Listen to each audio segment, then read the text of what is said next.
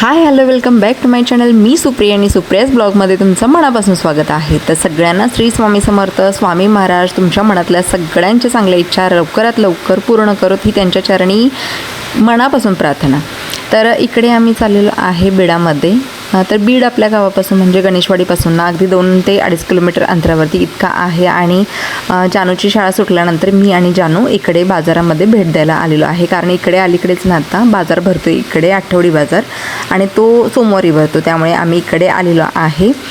आणि बाजारामध्ये मी मागच्या वेळेस आले होते पण हुबाहुबीच गेले होते. बाजार म्हणजे थोडा घेतला आणि बाहेरच्या बाहेरच गेले होते. बाहेर आम्ही कुठेतरी कोल्हापूरला गेलो होतो, त्यावेळेस पाहिल्यानंतर थांबले होते आणि बाहेरच्या बाहेरच गेले होते. पण आता म्हटलं की बरेच दिवस झाला आम्ही आलोच नाही, तर एकदा भेटतात देऊन येऊया म्हटलं. कसा बाजार आहे, काय आहे, कसं विक्री आहे, तिथं स्वस्त भेटतं का महागच आहे, आपल्या गावात भेटतं तसंच आहे. म्हणून म्हटलं की एकदा जानूला चल जाऊन येऊया, कारण गावामध्ये आता काय भेटत नाही आहे सध्या. भाजीपाला काय अवेलेबलच होईना झाला आहे. दुकानात तर खूप महाग आहे. साधे टोमॅटो पावशर घ्यायला गेले ना तर त्याला आता 20 रुपये द्यावे लागतात. त्यामुळे ते पावशरमध्ये 3च येतात, 3 पण येतात, कधी 2 येतात, मोठे असले तर 2 येतात. वांगी तर घ्यायलाच नको असला प्रकार व्हायला लागला आहे. त्यामुळे कडधान्य तर खाऊन किती खाणार, आणि घरी चालतंय पण डब्याला रोज कडधान्य देऊन तर नाही चालणार. त्यामुळे म्हटलं की एकदा भेट देऊन येऊया, काय कसं आहे बघूया, नंतर नेक्स्ट टाईम आपण जाऊ शकतो. एकदा जानूला पण दाखवून आणलं तर जानू मग परत नेक्स्ट टाईम ती जाऊन घेऊन येऊ शकते. म्हणून म्हटलं की चल जाऊन येऊया, म्हणून आम्ही दोघी इकडे आले. तर खरंच सांगते बाजार इकडे खूप छान होता. छोटा होता पण छान भरला होता.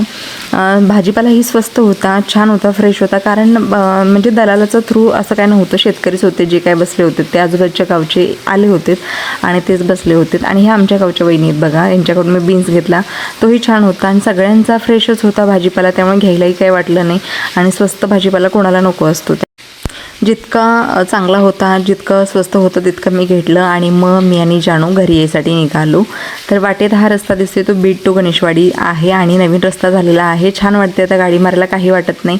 त्यामुळे मग पटकन आम्ही घरी आलो. घरी आल्यानंतर चहा वगैरे झाल्यानंतर जे मी रसगुल्ले काल केले होते, काल मी तुम्हाला थोडंसं दाखवलं होतं, तर त्या छान मुरले होते ते रसगुल्ले. तर त्याची मला आज बनवायची होती रबडी.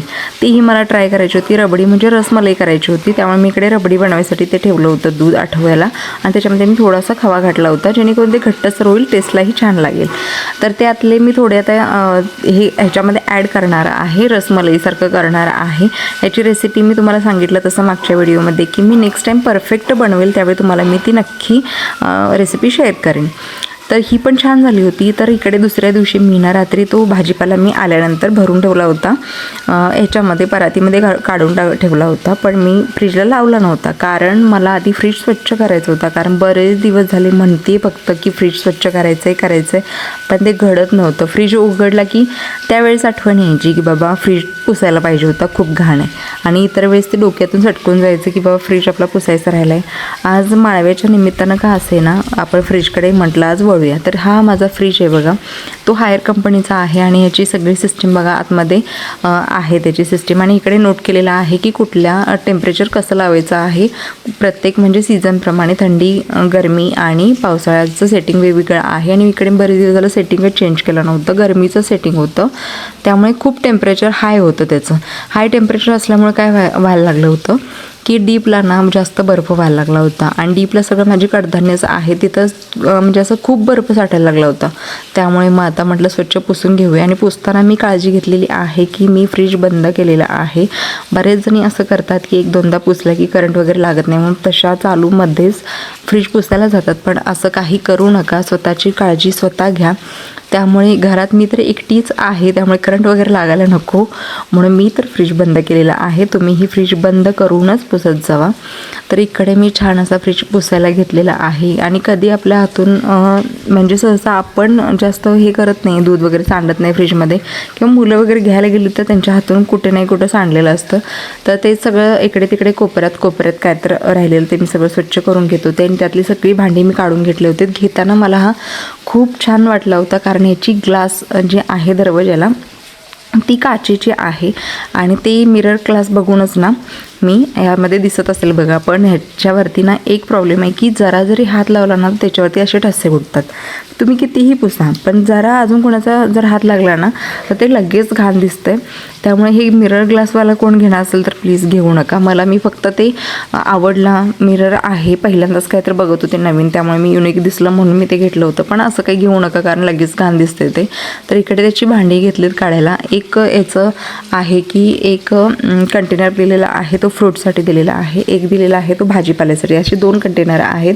ते त्याच्यावरती ज्या प्लेट आहेत त्या पण काचमध्येच येतात बऱ्यापैकी, म्हणजे काच पण नाही म्हणता येईल आणि प्लास्टिक पण, असं एक नाजूकच आहेत ते, पण म्हणजे ट्रान्सपरंट आहे, सगळं दिसतं त्याच्यामधून. दिसायला छान दिसतात पण हाताळताना काळजीपूर्वक हाताळावं लागते. तर मी रात्री हा भाजीपाला काढून ठेवला होता, जास्त आणला नव्हता मी. सुरुवात आहे म्हटलं थोडं यूज करून बघूया कसं भेटते म्हणून मी थोडंच घेऊन आले होते.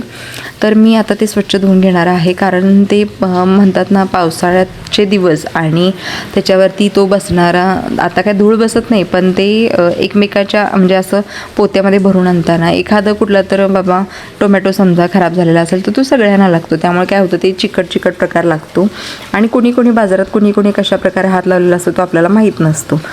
तर त्यामुळे मी म्हटलं की स्वच्छ धुवूनच घेऊया. आपण काय रोजचं गावात ज्या वेळेला भेटतो त्यावेळेला आपण थोडं ताजं आणतो तेवढंच करतो. मग हा आठवड्याचा आहे म्हटलं आठवडाभर आपल्या फ्रीजमध्ये राहणार आहे, याचा वास म्हणजे राहायला नको किंवा त्याचा चिकटपणा राहायला नको, म्हणून मग मी म्हटलं की धुवूनच घेऊया. बऱ्यापैकी तिकडं पण मी असंच करायचं की धुवून आम्ही ठेवायचो भाजीपाला निथळत, जेणेकरून तो छान राहायचा. त्यावेळेस माझ्या तिकडे फ्रीज नव्हता पण आता फ्रीज माझ्याकडे आहे, त्यामुळे मग स्वच्छ धुवून पुसून वगैरे आपण आता हे ठेवणार आहोत. आणि मला टोमॅटो इकडे खूप स्वस्त भेटले. आपल्या गावामध्ये जे भेटतात ते 20 रुपयाला पावशेर भेटतात, पण इकडे मला 20 रुपयाला अर्धा किलो भेटलेत आणि छान होते. त्यामुळे मी भरपूर, आणि मला टोमॅटो प्रचंड आवडतात त्यामुळे मी टोमॅटो जास्त आणलेत. बाकी मग जे काय भेटेल ते घेऊन आले. तर मी ना जयसिंगपूर उदगावमध्ये राहिलो होते आणि जयसिंगपूरमध्ये रविवारी दर आठवडी बाजार भरायचा आणि तो बाजार इतका मोठा आणि इतका सुंदर असायचा ना, आम्हाला कधी रविवार येतो नाही आम्ही कधी फिरायला जातो असं व्हायचं. म्हणजे तो बाजार निमित्त आणि फिरणं जास्त व्हायचं कारण त्या बाजारात इतक्या प्रकारचे वस्तू, इतक्या प्रकारचं नवीन आणि मी जो भाजीपाला इथं आपल्याकडे जो दिसत नाही, भेटत नाही ना, तिकडे हर एक प्रकारचा म्हणजे भाजीपाला आहे. प्रत्येक प्रकारच्या भाज्या म्हणजे भाज्या किंवा फळभाज्यासुद्धा प्रत्येक प्रकारच्या वेगवेगळ्या आहेत. मी त्यावेळेस ना टी व्हीमध्ये आपण सिमला मिरच्या वेगवेगळ्या कलरच्या बघायचो ना, तर मी तिथे प्रत्यक्षात बघितलेल्या.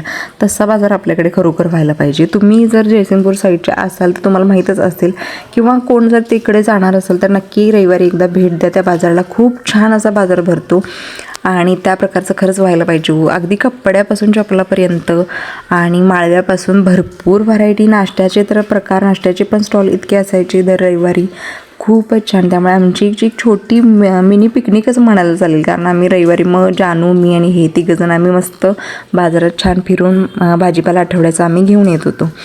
त्यामुळे मस्त वाटायचं. तसं इकडे पण व्हायला पाहिजे. आता हा बेडाच झालेला आहे पण एवढा मोठा नाही आहे, पण आपल्यासाठी तेवढा तरी फायदेशीर आहे. 4 शेतकऱ्यांचा भाजीपालाही विकला जातो आणि आपल्यालाही फ्रेश भेटतो. तर इकडे बघा मी भेंडी पण घेऊन आले होते. भेंडी मला स्वस्त भेटली होती आणि भेंडी मी त्या भाजीमध्ये मिक्स केली नव्हती, तर वेगळी सेपरेट मी धुतली होती कारण ती आपल्याला संध्याकाळी बनवायची आहे. आणि भेंडी ही असा प्रकार आहे की तो चिकट होतो, चिरताना जिळगट होतो, त्यामुळे तो स्वच्छ धुवून चांगला निथळून स्वच्छ पुसून ठेवला तरच त्याची भेंडी चांगली फ्राय होते. त्यामुळे मग ते चांगलं वेगळं ठेवलं मी ते आणि अंतराळी भांड्यामध्ये ते निथळत ठेवून दिलं. कोथिंबीर खूप महाग होती त्यामुळे थोडी मिळाली तेवढीच घेऊन आली.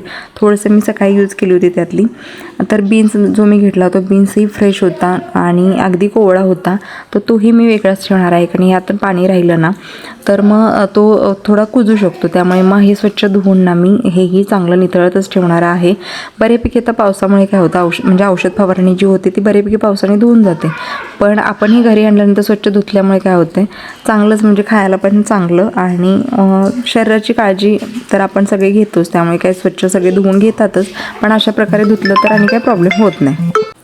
तर मी आता हे सगळे भाजीपाला वगैरे सगळं धुतलेलं आहे ना, तर मी डायनिंग टेबलवरती कॉटनचा कपडा अंथरून ठेवलेला आहे आणि ही पाण्याची बॉटल मी दवाखान्यात काल जाऊन आले होते आणि शरीरात पाण्याची कमतरता आहे असं मला सांगितलं आहे डॉक्टरांनी आणि भरपूर पाणी प्या, त्यामुळे मग त्रास कमी येईल असं पण सांगितलेलं आहे. त्यामुळे मी ही डीमार्टमधून मागच्या वेळेस ना बॉटल आणलेली आहे आणि ते आता परत धुवून आता स्वच्छ ठेवते, कारण उन्हाळ्यामध्ये भरपूर पाणी पिले आहे आणि यूज पण केलेलं आहे. पण आता मी पावसाळा आहे त्यामुळे पाणी पिणं कमी केले आणि कमीच जाते आता पाणी, त्यामुळे मी काढली नव्हती. तर आता ती परत स्वच्छ धुवून ठेवलेली आहे. उद्यापासून ठरवलं आहे की उद्यापासून ठरवलं आहे की पाणी भरपूर प्यायचं, त्यामुळे मी मग ती काढून स्वच्छ धुवून ठेवली आहे. इकडे भाजीपाला जो धुतला होता तोही आणला आहे मी टेबलवरती, जसं म्हटलं तसं कॉटनचा दुपट्टा एक अंथरून ठेवलेला आहे आणि त्याच्यावरती आता स्वच्छ जेवढी ओली भाजी आहे तेवढी स्वच्छ पुसून ठेवते आणि मग ते नंतर थोडंसं वाळल्यानंतर मग फ्रीजही आपला दरवाजा ओपन करून ठेवलेला आहे. त्यातला वास येत नाही सहसा फ्रीजमध्ये माझ्या, पण तर ही दरवाजा